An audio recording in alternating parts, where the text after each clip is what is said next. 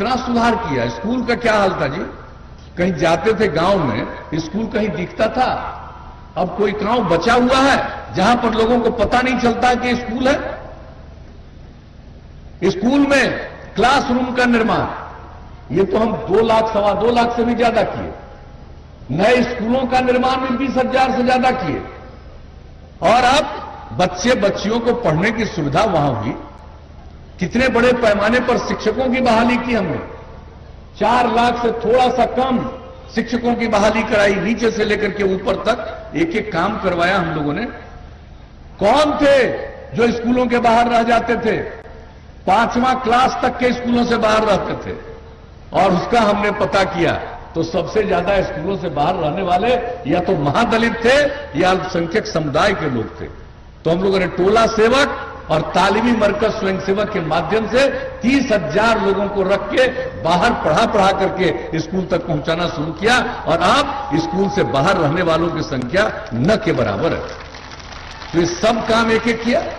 लड़कियां कितना कम पढ़ती थी, गरीबी के कारण लोग बेटियों को मिडिल स्कूल में भेज नहीं पाते थे 6ठे क्लास में, क्योंकि उसके लिए कपड़े की जरूरत थी और देने की स्थिति में नहीं थे।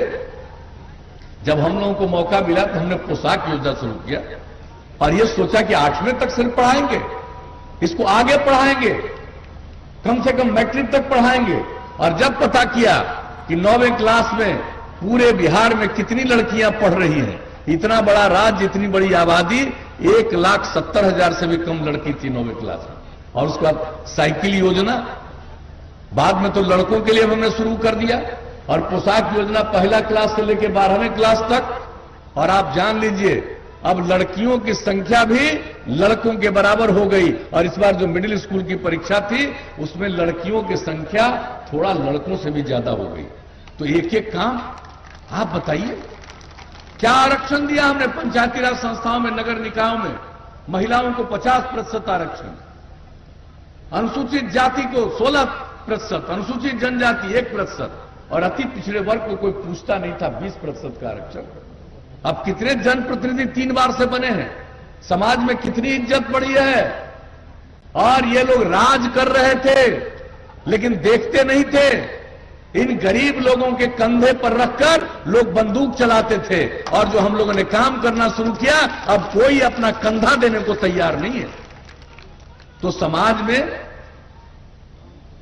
अपराध को भी नियंत्रण करने में कितना हम लोगों ने काम किया।